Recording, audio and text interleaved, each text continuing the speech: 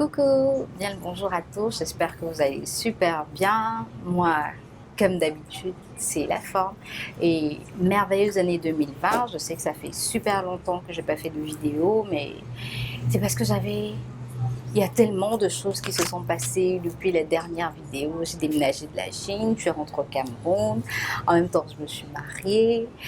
Et c'est pas toujours très évident le retour au pays, mais on se bat comme on peut. Anyway, là n'est pas le sujet de la vidéo d'aujourd'hui. Alors la petite vidéo que je fais aujourd'hui, c'est pour parler des teintures.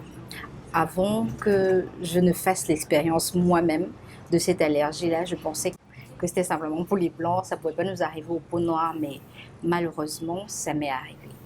Tout a commencé quand je voulais faire une mini coupe, parce que je suis arrivée vraiment, le soleil, je ne vous dis pas, le soleil est extrême, donc il faisait tellement chaud, les cheveux c'était fatigant et les traités ça venait compliqué avec la préparation du mariage, de vivre avec mon mari et tout, c'était assez stressant. Alors j'avais l'impression d'avoir comme un cancer, j'avais les cheveux qui se cassaient, qui tombaient et je me suis dit bon, pour les traiter à nouveau, c'est mieux que je les coupe et ensuite je pourrais les traiter.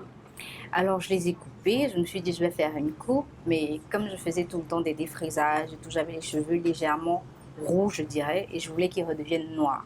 Alors je suis allée dans un salon de la place, je vais taire le nom, j'y suis allée, on m'a fait ma coupe, tout était bien. Et ensuite, comme c'était pas noir, ça me plaisait pas. Alors j'ai demandé qu'on me fasse une teinture. On a fait la teinture, après la teinture, la coupe était très jolie, je vous promets, elle était très jolie. Je vous montre la petite vidéo. Oui, elle était très jolie, je kiffais beaucoup. Ensuite, le lendemain, j'avais la tête qui chauffait.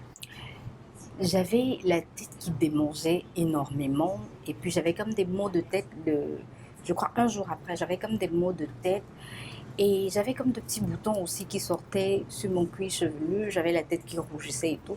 Je me suis demandé qu'est-ce que c'est, je me suis dit bon peut-être que j'ai simplement mal à la tête, ça va passer et tout. Mais non, ce n'est pas passé du tout. Je me suis levée quoi, 3 jours après, je ressemblais à ça.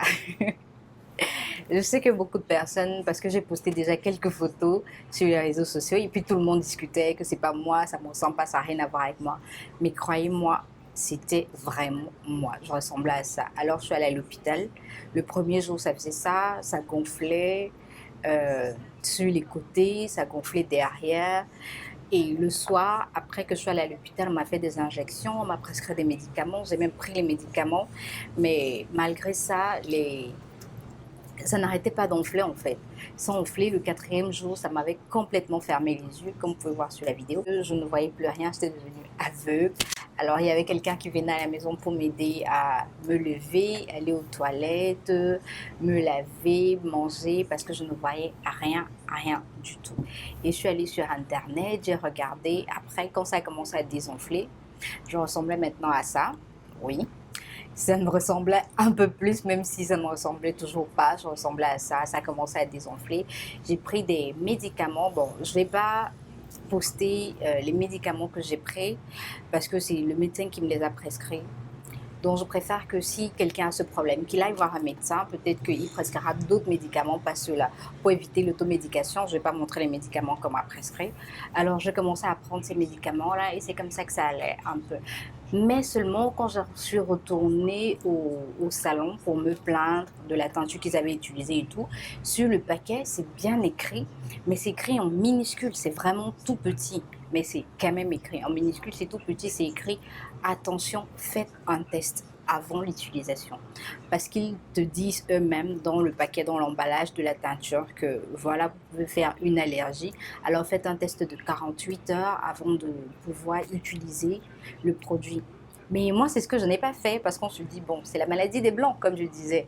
Mais vraiment, faites attention avant de faire une teinture, faites le test. En plus, c'était même pas une teinture de couleur, c'était une teinture noire. Mais faites un test pour éviter de ressembler à Godzilla.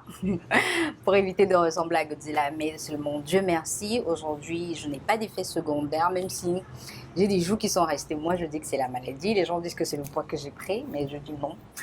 J'ai pas pris de poids, c'est les séquelles de cette allergie-là. Donc vraiment, faites attention. Si vous voulez faire une teinture, faites d'abord un test. Demandez à votre esthéticienne de tester d'abord sur une mèche de cheveux ou sur une petite partie de la peau pour voir si ça vous rendra malade ou pas.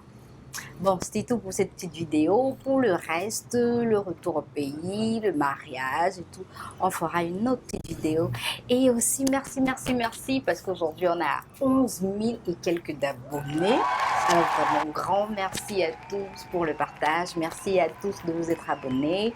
Merci aux nouveaux venus. J'espère que you're gonna have fun. Et pour les anciens, on se dit à la prochaine vidéo. N'oublie pas, like, partage. Abonne-toi. Bisous, bisous. Mouah.